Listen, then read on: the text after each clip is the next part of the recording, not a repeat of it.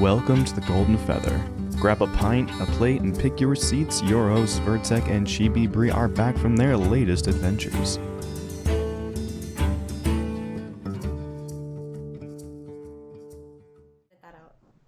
But yeah, hi everybody, welcome.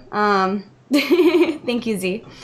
We're here with Makinoji and Virtek, my co-host. Hello again. Today we'll be chatting about the sound of nodes, and that will encompass the music and other things that Makinoji makes, as well as the nodes that was recently released. So, Mac, why don't you introduce yourself to us?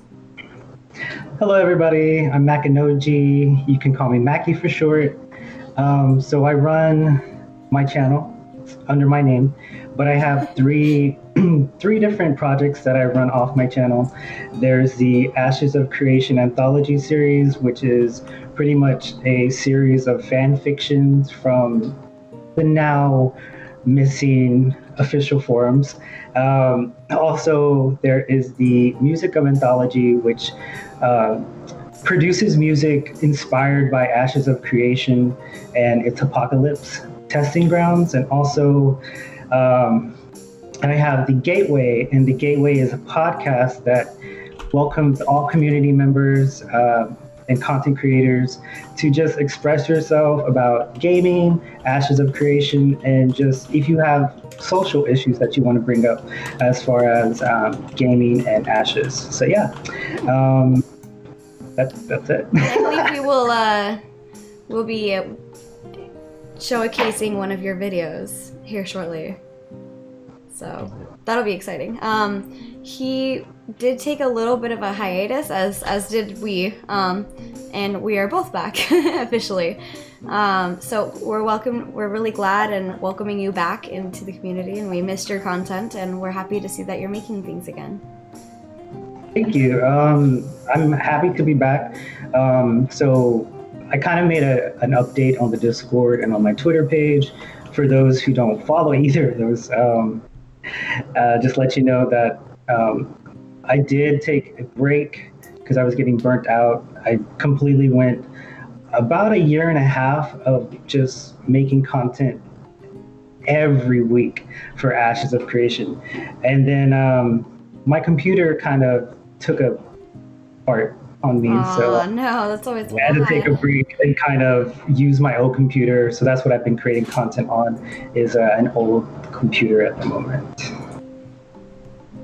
Well, we are glad to have you back, and I'm so sorry to hear about your computer. It's always heartbreaking when, especially as gamers, we love our computers, and content creators, like I know my friends into making art and stuff. Whenever something happens to your computer, it's like your baby, you know?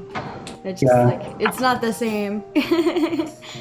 Yeah, I'm still getting over that. I should have a new one by hopefully April, the end of April. Nice. Well, here's fingers crossed that it's good, if not better than the last one. Oh, it's gonna be sweet. Nice. Yeah, getting back in the groove of things is always fun, but kind of anxious at the same time.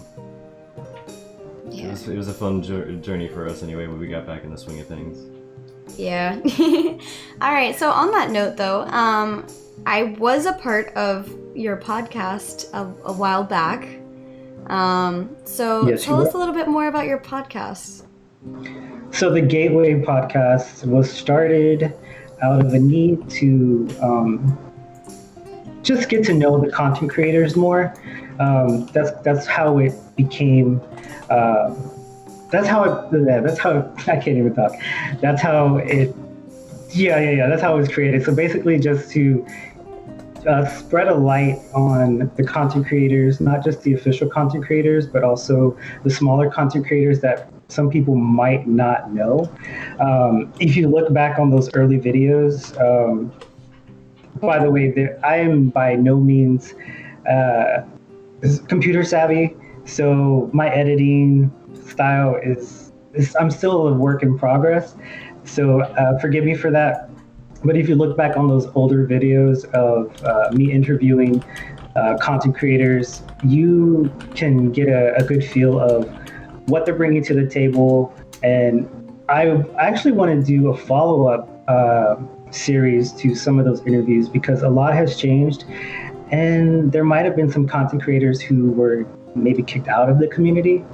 But yeah, I remember having Chibi on, and also a few other of the female creators in the community. And that video actually was one of my most watched videos because I think that we need more inclusion in this male-dominated community at the moment. So it's a breath of fresh air to see you and Virtek doing this podcast. And like I've told you many times, I like what you're doing and where you're going and how you guys have evolved. So kudos to you. Thank you. Oh, thank you. Appreciate it. You're welcome. Appreciate it. We do try hard at making sure we produce quality content. Sorry about that. We don't really like doing anything like half-assed, as they say. Yeah, no half-baked stuff. So, okay. What is your music of anthemology about, though? I've heard a lot of different things. Like, one of my favorite ones of yours from recent was the Fall. I liked that one. So, how do you get your inspiration? What are they from? All right, so the Music of Anthology series, the way it started was by chance. I had an idea when I first saw the announcement trailer for Ashes of Creation. I fell in love with that first cinematic of the world, just that overview of forest and seeing that fortress castle, whatever that thing was in the beginning. Seeing that first video, I was so happy. I actually went to a few content creators, well-known content creators, not just in Ashes, but in gaming, to ask them advice, like how do I start? What do I do? And they just said, just go for it. If the first video might look like crap, but just keep creating, keep doing what you feel, and the views and the followers will come to you as long as you're authentic to yourself. So that's what I did. But I'm not musically inclined, so I had a bunch of ideas.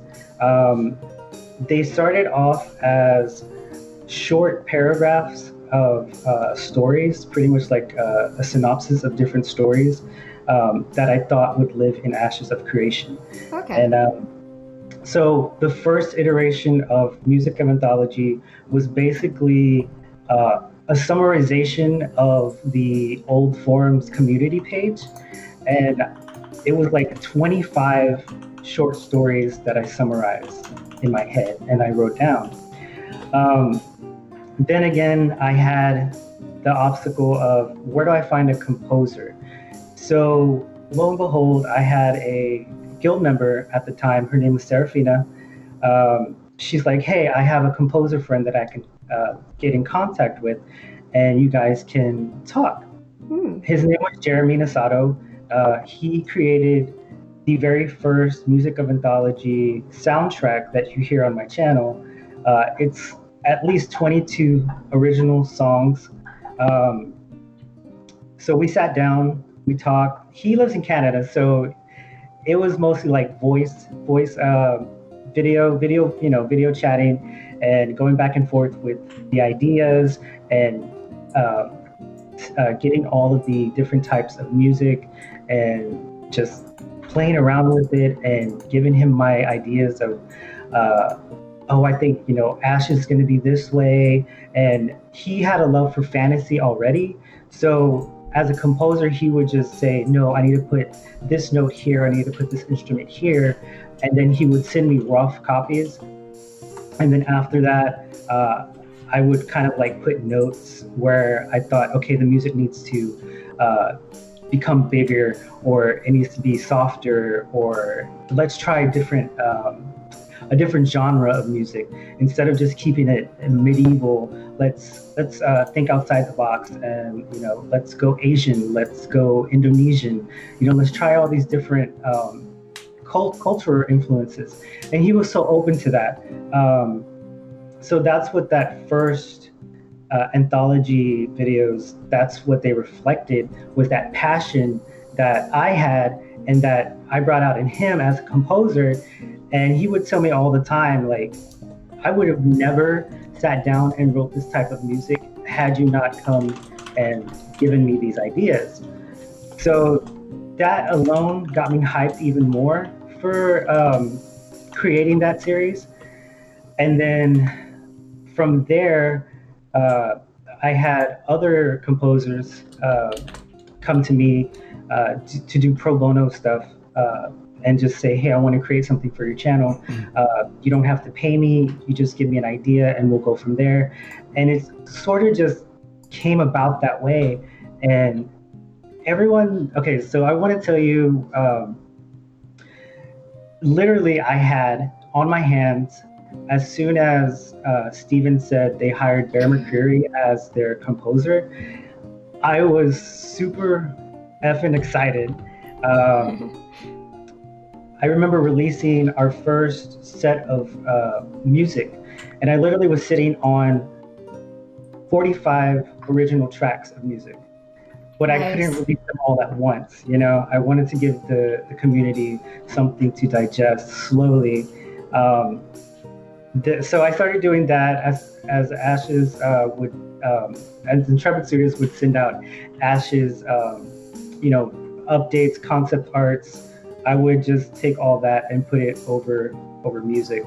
And it was very exciting because to see the feedback and to see the community actually embracing that, and then putting that music to people's fan fictions, and just getting enormous feedback from that has been amazing. So Nice. amazing. And we're still kicking. I have at the moment we have over 40 plus music tracks for my channel, and I don't see us stopping anytime soon. So. That's good to hear. Well, yeah, very, very good welcome back you brought us as well, because when you first started posting again, I was like, ooh, I like this.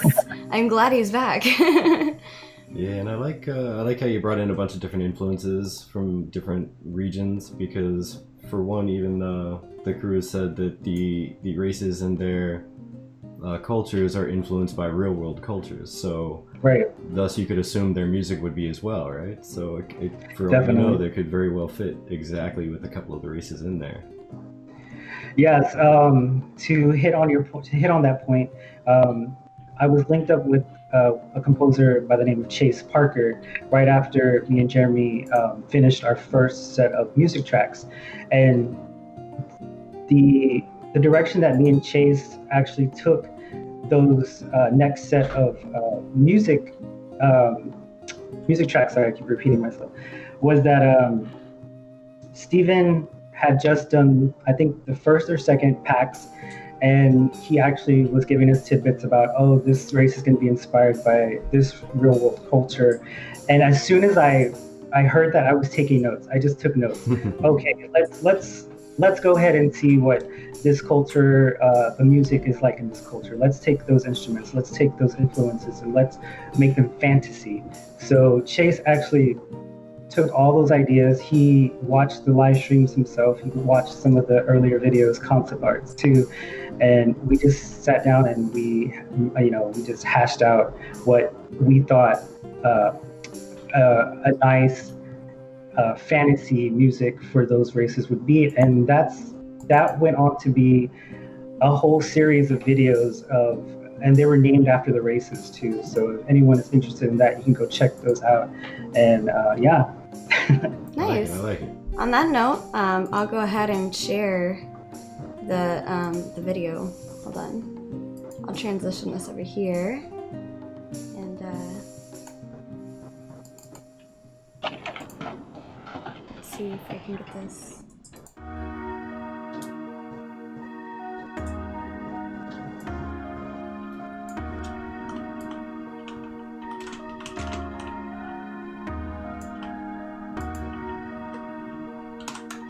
I I really like it. What was the inspiration behind this one? Okay, so creation was actually, so this was when I was going through the transition period of, I was taking a break and my computer broke. Ashes, they did a Pathfinder, a little Pathfinder, what was it, a game? I can't remember. They did their Pathfinder series on a live stream, and they gave tidbits of the lore, how it was created, and I can't remember exactly who summarized it. I think it was the AOC Post or AOC Dungeon, one of those two guys. They do awesome work, by the way. We took that inspiration and we sent it off to a close friend of mine who does amateur voice acting work, and she did the voiceover for a lore video that we named Creation Story, and we only had her voiceover. We didn't have any music yet, and she knew somebody, Julian, and he actually listened to the whole thing, and he came up with this beautiful piece of music. I really like how you put it with the cosmetics and like the different game imagery that they've released to us so far, like the armor and the concept art. I like it. Yeah, we're trying to keep it, it's obviously inspired by Ashes of Creation, and we're trying to keep everything cohesive. Yeah, it sounds really good. It looks really good. And how often do you plan on releasing this kind of? So for the Music of Anthology series, currently I have about, I want to say 4 or 5 tracks that are backlogged due to that time that I wasn't able to post. So I'm currently working on that, but okay. I'm gonna be trying to get more in production, so that way they're in the pipeline, and then I'll have more content for that.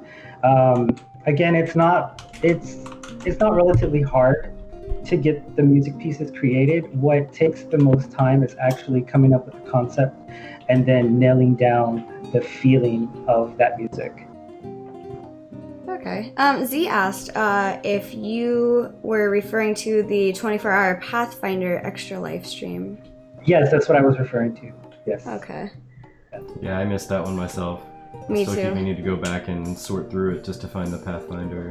I actually downloaded that. It was crazy. I was just like, oh my gosh, I have so much content to go watch now. I still haven't. I've been putting it off. Yeah, I know there was some lore released in there, and I really want to dig through and pull it out. So,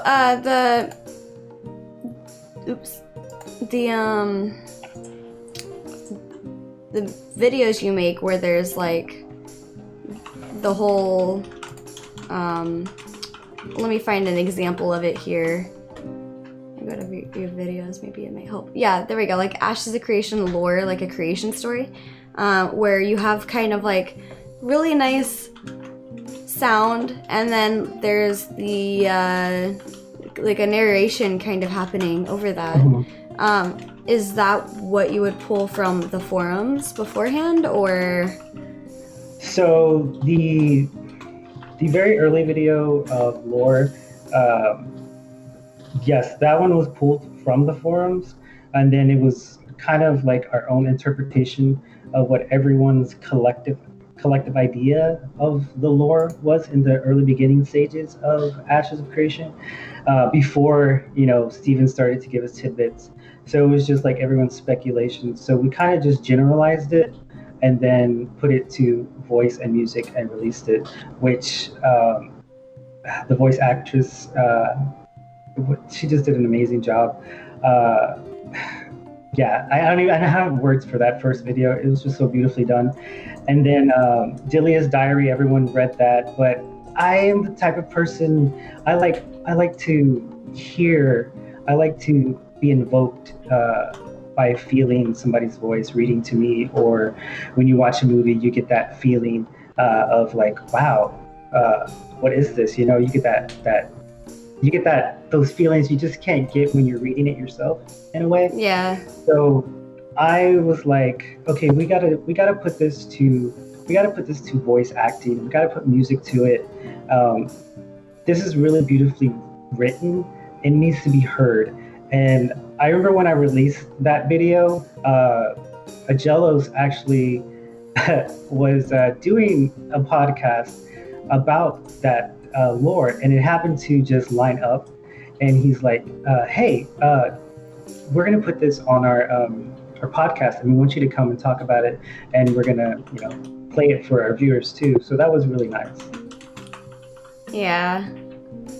I mean, it's really cool because I'm excited and I'm hoping to be able, and this has been Virtek and my goal for this podcast since the beginning, is we're hoping to maybe be able to join you guys with the content creation team, and maybe also be able to offer another way to either give to our community of people who are watching us and give them a chance to be able to get cool and nifty stuff, because I mean, it's Ashes, come on. So if we're able to leverage that a little bit and give out little sneak peek things and give out things, that's something I'd like to do for you guys, because we initially were thinking of, before we realized, the whole, you can't buy a gift for somebody else through Ashes.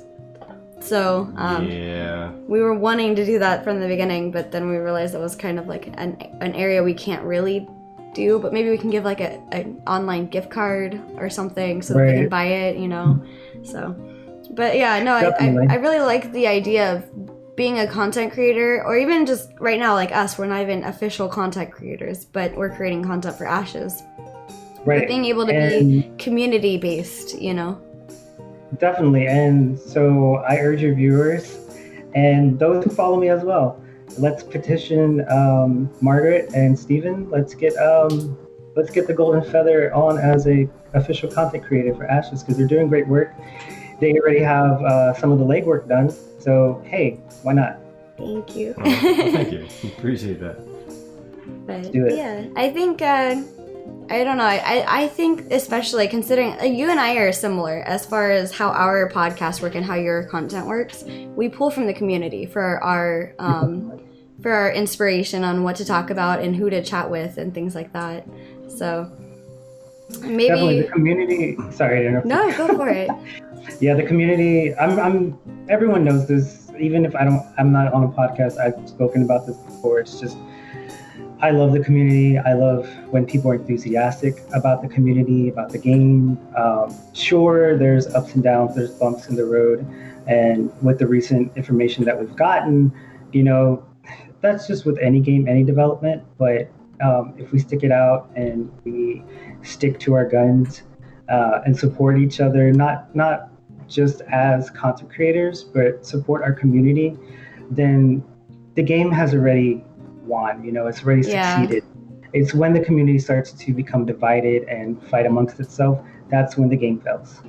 Yeah, and see, my thing, why I wanted to really have us focus a lot on community is because, for one, there's a lot of people out there that think the real story is in details and data about the game, and details and data about the next update, the last update, the best class out there, which there's merit in that, to be honest. But when you look back over years, or even like a year ago in one of your favorite games, what do you really remember? Do you remember when that one patch did that one weird thing, or when that one patch gave you a cool item, or do you remember what you and your friends were doing? Do you remember what you and your community were doing? What somebody else did, the video that they made that went viral and everyone was like, oh my gosh, that's amazing. You remember the community stuff more than you do the little details and data about the everyday game advances and changes and such. You really do. So having at least one podcast out there that focused on bringing the community members out, like people who are creating content or doing something in the community, not necessarily creating content, but just doing something, and just letting everybody know, like, hey, this is news about the people that are interested in the game and participating with the game and creating stuff about the game and for the game. Like, these are the people that are involved in this big production of a game that's coming out right now. Like, that I feel has a lot of value in the community, because you want to know who else is doing stuff? just check out Golden Feather. They're going to be spotlighting a bunch of people and a bunch of different things, what they do, people who do just art stuff, people who do creation of fan stories, people who do writing of really detailed economy analysis even. Yeah. Shout out Davlos. But Definitely, and Ashes is everyone who's been following the game, everyone who is just now getting into the community. Ashes is going to be hugely community driven. I mean, you can't have a metropolis or run a city hall of politics without the community behind you. You can't be king, you can't be mayor without your community behind you. I mean, you could, but you're going to be a crappy leader, and you're going to have a crappy civilization. yeah, well, based on that, I think we can go right on into the next topic here. Margaret, this last week on Saturday, which is funny because our podcast is on Friday, and lo and behold, the newest piece of information comes out the next day, but that's fine. It gives us a chance to be able to read it and kind of really go into it in depth a little bit. But the Know Your Nodes, which was posted on the Ashes of Creation, the website, Yeah. that has a lot of interesting information and recapping on a lot of things that we already know, but definitely a lot of good information that I think people probably forgot about, and just kind of starting from the ground up, and yeah. Let's see. Basically, I didn't realize how many nodes there were going to be, but apparently there's going to be 103 in total. Yeah, I find that funny. Like, the one thing I keep thinking is there's 4 node types, right? But there's 103 nodes. So for some reason or another, there's going to be at least one that's going to be underrepresented. And I'm curious what caused that and what the decisions were for that. Yeah. And the four node types were let's see, economic. I'm trying to do this based off of memory. So it's economic, military, scientific, and divine. Okay, yeah, right.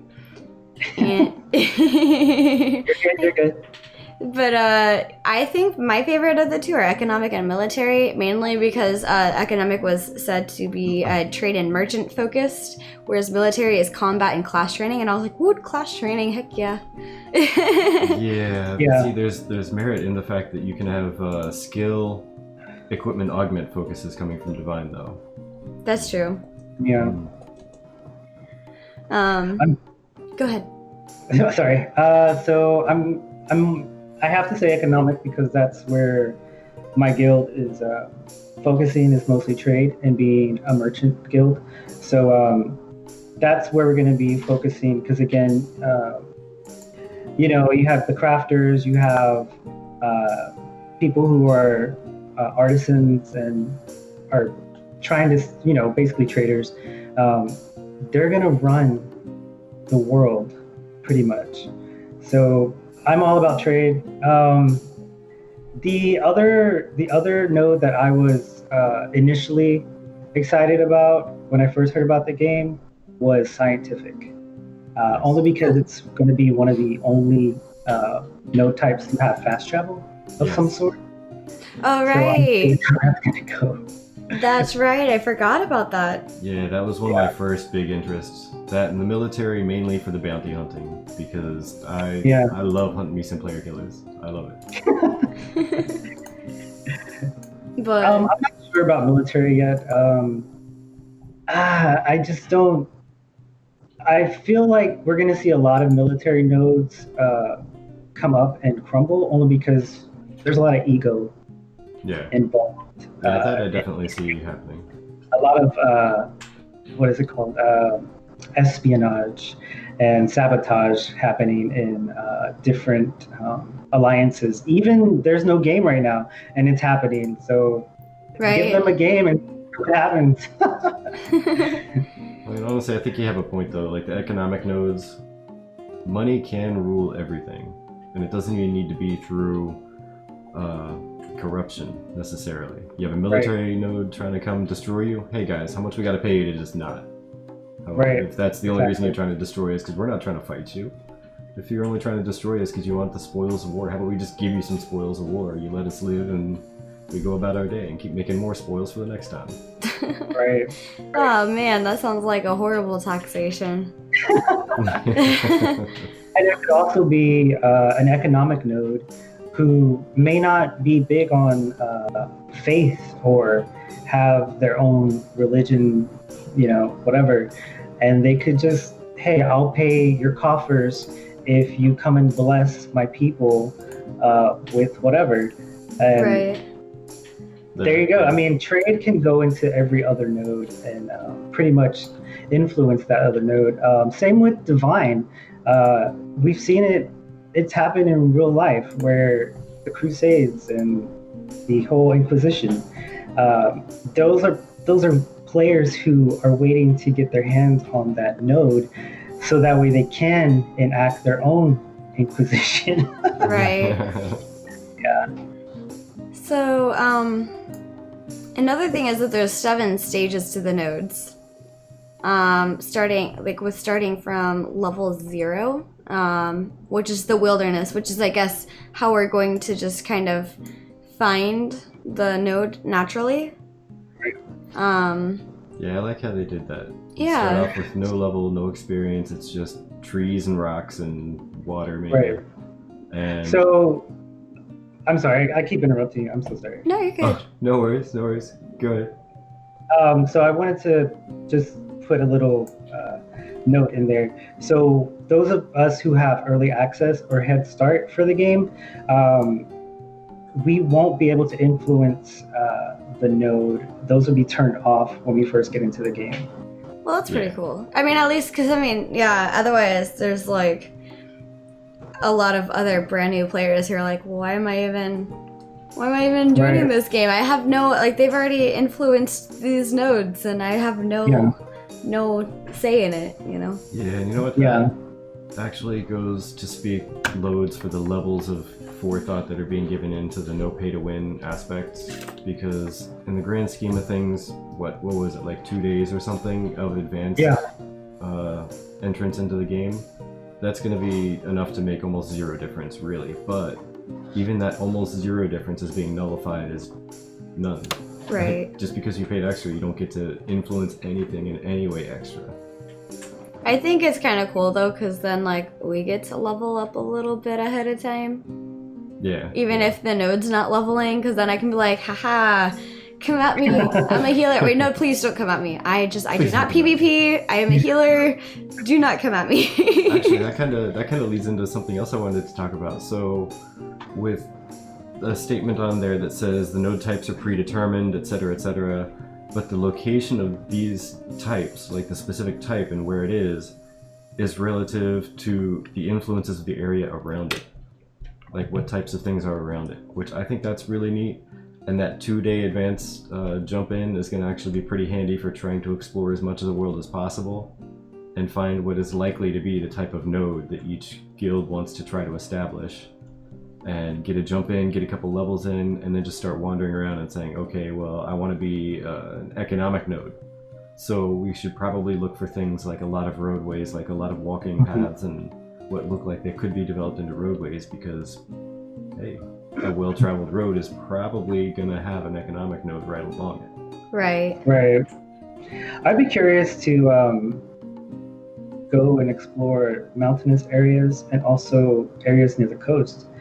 Because if there's a trade node that happens to pop up there, I mean, the waterway is going to be rich in mountains ore. Mm-hmm.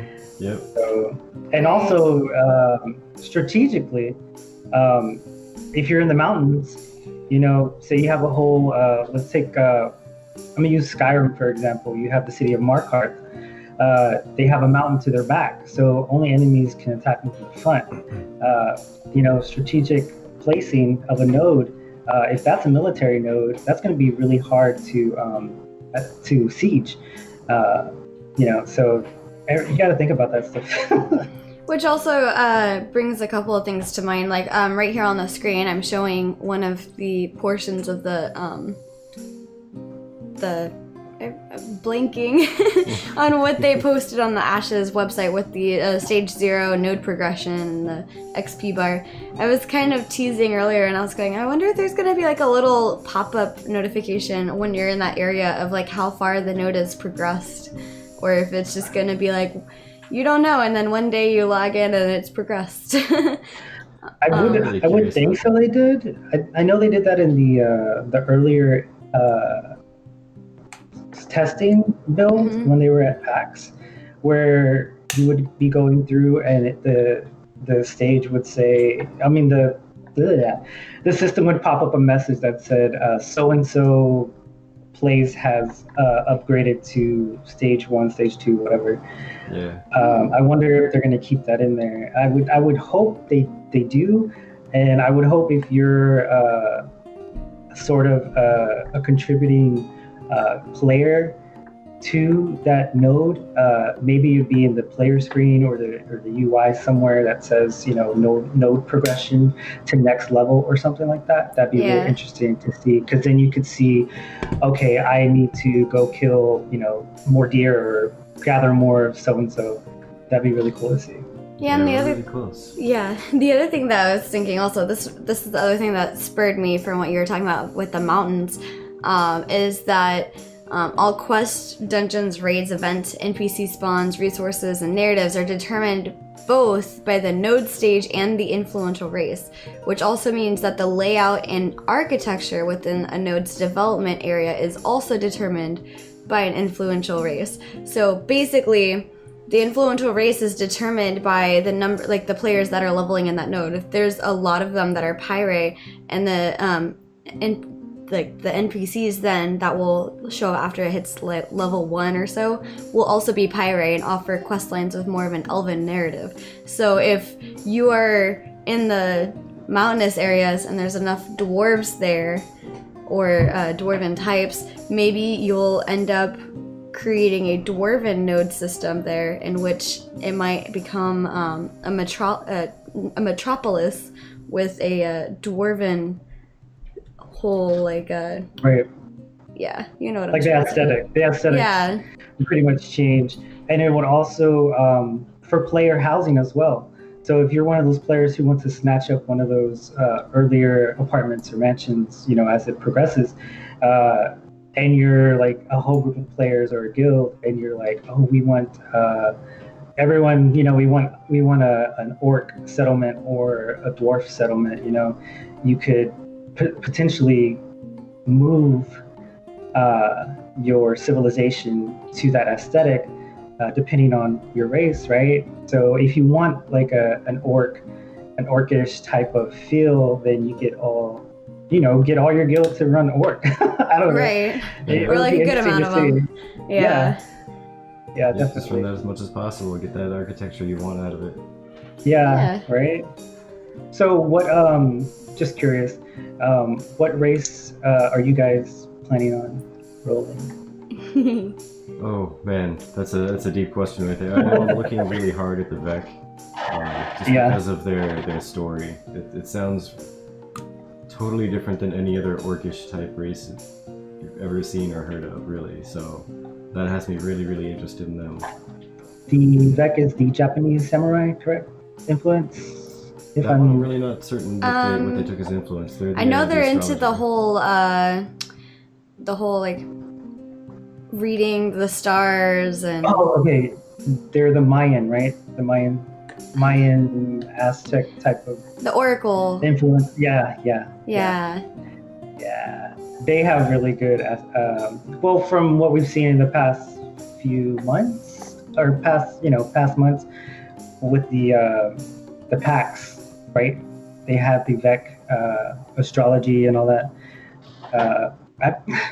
Don't quote me on that, but they looked really good. They looked really nice. Yeah. Personally, I'm gonna go for probably Imperium, or I might do the Vec because I do want to play an Oracle. So I might make a secondary character that's Vex so I can play an Oracle and have like the whole true to the storyline, because I'm weird like that. I like to I like to have one character where I'm like, I don't care, I want the prettiest one and I want it to look the way I want it to be and I want to be this class, and then I'll have like the one that's like, this makes sense for the race. Yeah, I get that. So I'm going definitely for Empyrean. I know there's a lot of people out there who hate elves. I love elves. I love the architecture. yeah. And by nature, elves are, they have the most, they're the most connected with magic. So, you know, that's just my type of play style. So Yeah. definitely elf. Yeah, see, I'm kind of really torn because I don't know, like, it sounds like you're putting a lot of work and a lot of thought into the background of these races. Like, even the Islander type themed dwarves, which is a really unique play on dwarves. I really kind of like that too. Yeah, that's very interesting. I want to see more of them actually. I know we've seen concept art, but you know, it's concept art. I want to see assets of that. I want to see how their backstory, like, do they go into the water? Do they, you know, is that how they get resources? Do they swim underwater and gather fish? How do they do that? You know what I mean? Like, because they're coastal. Yeah. But speaking of influences on things, so the other neat thing that I thought they did a pretty good job of describing was the vassal nodes. I think that's a really neat idea where when one node hits level 3, it enslaves everything around it. And when they start getting excess experience because they can't level up to the same level as the master node, they start giving it extra experience, so it starts leveling up quicker. See, that kind of confused me because I was trying to figure out how you determine, is the vassal node now the parent node, or is there a different parent node? I think they're two different. Yeah, the Don't parent quote me on node that, is the but one I that think- hits level 3. Yeah. But I thought the vassal was a level 3 for some reason. Okay. Well, no, once a node hits level 3, it'll become like the parent node or the master node, whatever you want to call it. Okay. And then the vassal is the one that it picks up around it. Okay. Yeah, so you can have two nodes. My bad, my chair's broken. You can have two different stages of stage 2, but they can't go past that because there's already a stage 3. Okay. Yeah, so it's going to be important for people as soon as they find out that the stage 1 of the node that they're around, if it's not the node type they want to raise up to Metropolis, they're going to want to go to a different node. Yeah. Right, just abandon it. Which, with no visible cues, that's going to be a really fun system to try to figure out how far Yeah, you can yeah. travel and start leveling again. Definitely. I mean, that might take at least a week, though. Could you? Okay, so I've had this idea in my head for a while. Could you imagine getting into the game and there's just a plethora of skeleton cities and towns? Like nobody's even leveling them anymore because it wasn't what they wanted. Yeah. You know what I mean? Outcroppings everywhere. Yeah. That's an interesting... Because, I mean, especially because, like, we're supposed to be... like, our actions and what we do changes the way that Vera works.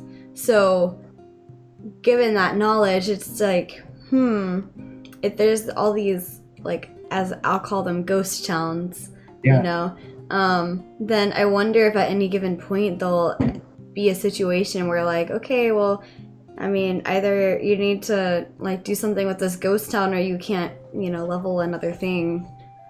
Right. And I remember from the earlier node information way back when, I'm not sure if it's still going to stay that way, but I remember it was going to take, like, it went like hours, days, weeks, months to de-level certain node stages. So I'm not sure if they're going to stick with that. But that would be so tedious to be at like level 3 and you're like, you know what, this node is not really going anywhere. Let's move on. And then you have to wait, say 7 weeks or whatever, 6 weeks for that node to de-level all the way back down to 0 or 1. You know what I mean? Right. Yeah. How do you level a node? You just don't give it XP. You don't influence it anymore. You don't pay the taxes. Everyone moves out, kind of thing. All the MPs, once it starts to what's it called? When it starts to de-level, Like depreciate. Yes, when it starts to depreciate, your NPCs are going to up and leave. Your population is going to up and leave. So there's nobody going to be running stalls, paying taxes, and all that is going to pretty much just That's kind of cool because like it kind of mirrors the real world situation. Because I mean, if there's nobody coming to this city anymore, then I mean, who are they gonna sell to? So obviously they leave to go find somewhere else to sell their goods because they are not trying to miss out on money and in the hopes that somebody might come up past them at some point. And that whole depreciation is going to affect trade as well, because if you don't have population taking care of those roads or protecting those roadways, you know, it's going to be pretty much free reign for bandits and for bandit players to attack those caravans easily. Yeah. Huh. So it's going to be very, very, very interesting. Yeah, it is going to be neat to see how that works out, especially when it comes to castle destruction or like metropolis destruction when they get sieged and like destroyed down. Like, how quickly does that fall? I'm waiting for the next blog post to see how quickly those really fall down. Yeah. Okay. So off topic. You guys talked about this last week. So the castle sieges, and I was very interested to know that the initial take of the castle, you would actually have to fight off NPCs or whoever's occupying that castle because it's going to be a raid zone. Oh yeah. Like, mind blown. That was actually a really cool twist. A really cool. Yeah. And that kind of reminds me of World of Warcraft when I'd go try to take on Orgrimmar. You had to like fight all the NPCs of Orgrimmar in order to not like die. You gotta fight everybody on the way through. Yeah. But yeah, I really, really like that concept because for one, it's gonna be early game goals. Like, you wanna get a castle with your guild, you are gonna know where it's at, and you are gonna know right off the bat how hard it's gonna be as soon as you start trying to walk in there for some insane reason, because it's high level raid zone. But as soon as you start stepping in there, you know how strong you really are, and that could be an early goal to take over one of those. And those, you figure, those are 5 once-in-a-lifetime events per server. Right. There are 5 castles, and you take them over. You can do that one time to take it over as a raid zone. Right. What I'm curious to know is, so there was information that came out way back when about the starting city that we all come into. So I remember there was a off-the-cuff comment from Steven somewhere in the Discord. I'm pretty sure someone will bring it up about the towns being occupied by a race of NPCs that stayed behind, that, you know, pretty much protect that town and guide the player. So I'm curious if they're going to include that in any of the node information later on. I wouldn't think so, but when you bring it up, I'm actually curious how that initial starting zone is going to be set up with nodes. Yeah. Because if there's a starting city, is it going to actually be considered a level 0 node? But then if everybody's starting there, that's going to be built up into a metropolis without even trying. Right. It's going to be, they need to go ahead and put that out. Like, how far from there do they start the nodes actually leveling up? Because that's going to be a default city, every starting zone. Right, and that'll be at a disadvantage for everyone too if they just allow players to level that city straight away. You know, because then you'll have a power grab pretty much with not only the biggest guilds, but you know, with their alliances too. They could easily just say, "Oh, we're going to settle here and not go anywhere else." Yeah. Right. You know, I mean, interesting though. You know. You know, it'd be interesting just for the, I guess the random theory craft would be if the starting areas maybe had one of those castles nearby, the actual guild castles that you gotta fight like PvP to take over every month. Because then that would kind of make sense. Because then you wouldn't really be building up the area because there's already the castle there. And as new players come in, they're kind of automatically generating income for whoever takes over the castle. Right. So that might be a thing. I could definitely see that. I could see that being a huge problem too, only because you already have this, you have this huge coffer that you can pull from, and essentially that person who becomes mayor, king, whatever that node is, they could just say, taxes are 10,000 gold, and you have to pay it, or whatever, and they could just literally become rich off of that. So I don't see that being fair at all. Yeah, honestly, I think we just accidentally kind of stumbled across maybe the one big flaw in the node thing, unless they literally say the starting area and the surrounding 15 nodes worth of space don't have any leveling capability. Yeah.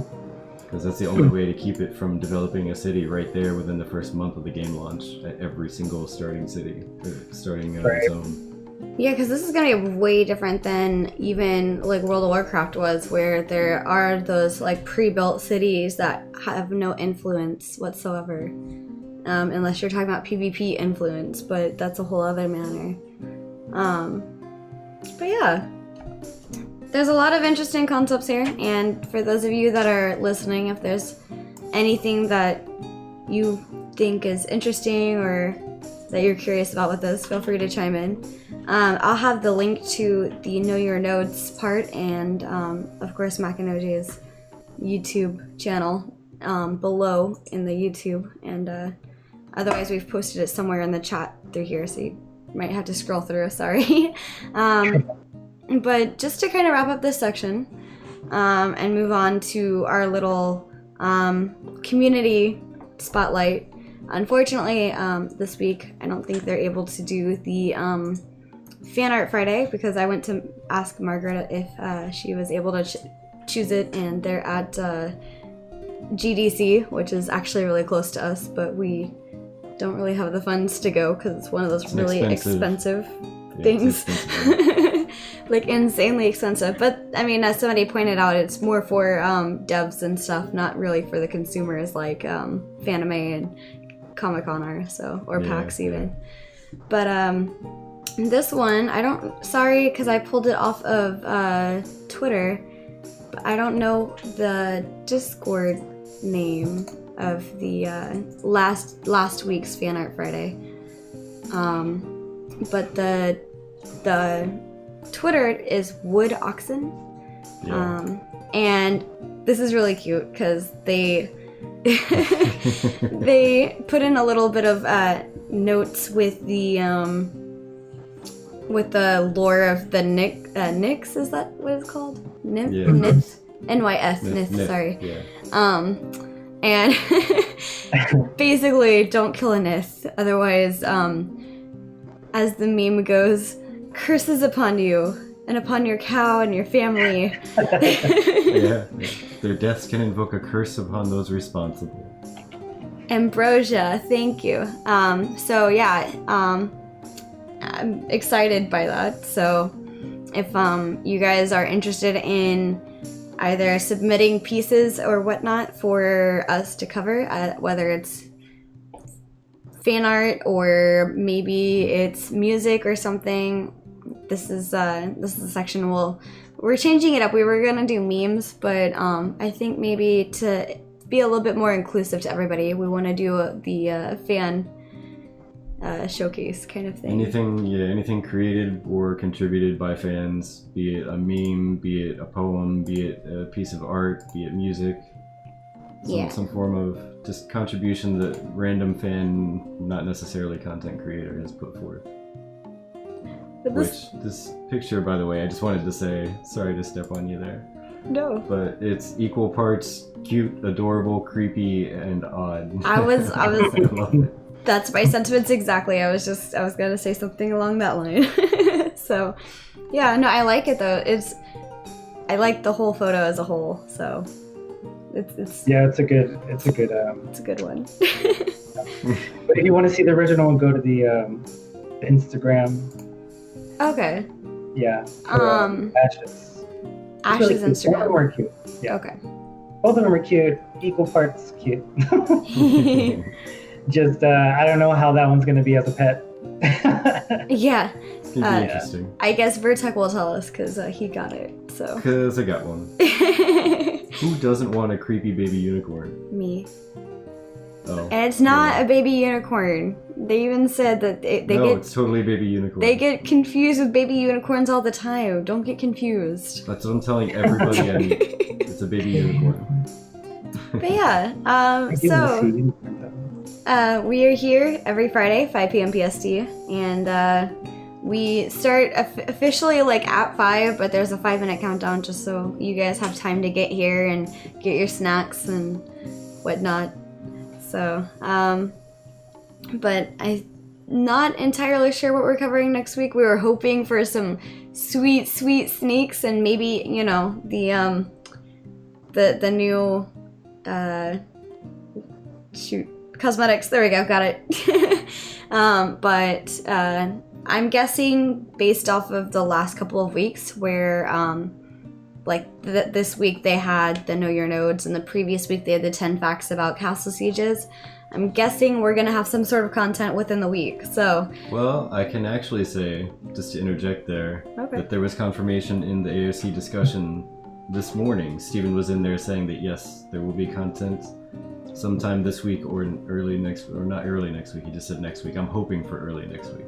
Okay. So yeah. And he said something about reviewing a video that's Ooh. not Nodes 3. Oh. So, yeah. I just raised and crushed your dreams in 3 words. Right? We're all waiting for those Nodes 3. Yeah. Actually, I think Virtek found a funny little meme. Did it credit who it was, or is it just... Oh man, I'd have to dig it up again. Because after we settled on doing this photo, I didn't bother trying to grab who put it up. Oh, okay. But basically, it's kind of funny. Let me just save it real quick. I'll throw it up there for you guys. Here we But go. while she's digging that out. So quick question for you Because two. we're about to do our closing and everything. Oh, Makinoji is asking a question? So quick question for you two before we go. Next month or this coming month, cosmetics. What race do you think they're going to be pulling inspiration from? They have been so random and so like off the wall with some of this stuff that I honestly have no guess whatsoever. But I am hoping for more stuff like they put out last year around this time. Was it Yuzi? Was that you? Nice. But yeah, I want them to put out more like the knight in super shiny armor, because they did that last year, and I was like, well, next week, next paycheck, I'm buying it. Nice. And by the time the next week came out, it was gone. It was gone. I have a big tear because I didn't buy any of it. It was a big old lion. It was like super shiny, super like sterling platinum armor, and it was amazing. And I want that again. Unfortunately, womp. Once it's gone, it's gone. Yeah. Alright, So how so are you, Maki? Makinoji, who are you? Where can we find you? Okay, I'm Maki.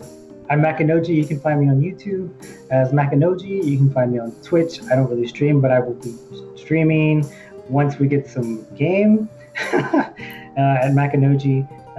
Yeah, so there I am. Alrighty, short, sweet, and to the point. Got it. Virtek? Virtek, DJ Virtek, pretty much everywhere. One of those two. Yeah, that's just me. I don't have anything in-depth I'm working on besides this and work and trying to still make some contacts to get my own little DJ show go on here on Twitch, mixing up some copyright-free tracks for people to use when they stream. But I need to make some contacts, make sure I can use all their music and get it in writing and all that fun stuff, so I can actually play it properly. And for one, not get silenced by Twitch, and for two, I don't want to steal anybody's stuff, even accidentally. Right. And I'm Chibi Bree. You can find me here on our podcast, of course, every Friday, 5 p.m. PST. You can also find me here on Twitch at twitch.tv/ChibiBree. I generally play Final Fantasy 14. But of course, my heart is for Ashes. So once Ashes comes out, I'm sure I'll still be playing Final Fantasy 14, just maybe not as much. You can also find me on YouTube as Chibi Space Bree. I am working on, not like space, like as in SPACE, but like spacebar, because I made an account a long time ago, and I have no clue how to get into that account, so there's two Chibi Brees. Whoopsie. My current one and the one I'm using has a space in it. But yeah, I'm working on intro stuff, so things like what we just covered with the spacebar Bree. That's exactly it. But the things like with the Know Your Nodes are things that I cover, just kind of very intro to Ashes kind of thing. So if there's ever anything you want me to chat about on there, feel free to let me know. Other than that, feel free to join us on our Discord, which I just happened to link in the chat and will be linked below in the YouTube and anywhere else you're hearing this. So you are welcome to come there and submit to us your poems, your music, your art, your whatever. If there's something that you made that you're proud of, show it to us. And we'll pull it up on stream if we like it a lot. So yeah, other than that, thank you guys so much for joining us. We look forward to chatting with you next week, and hopefully we'll have the sweet updates for you. But really quick, before we go, because there was a hanging question, 10-second answer. What do you think the newest cosmetics are going to be? Oh gosh, I don't know. I was with you on that one. Based on their past, probably because of the whole Valentine's Day and Halloween, maybe something green?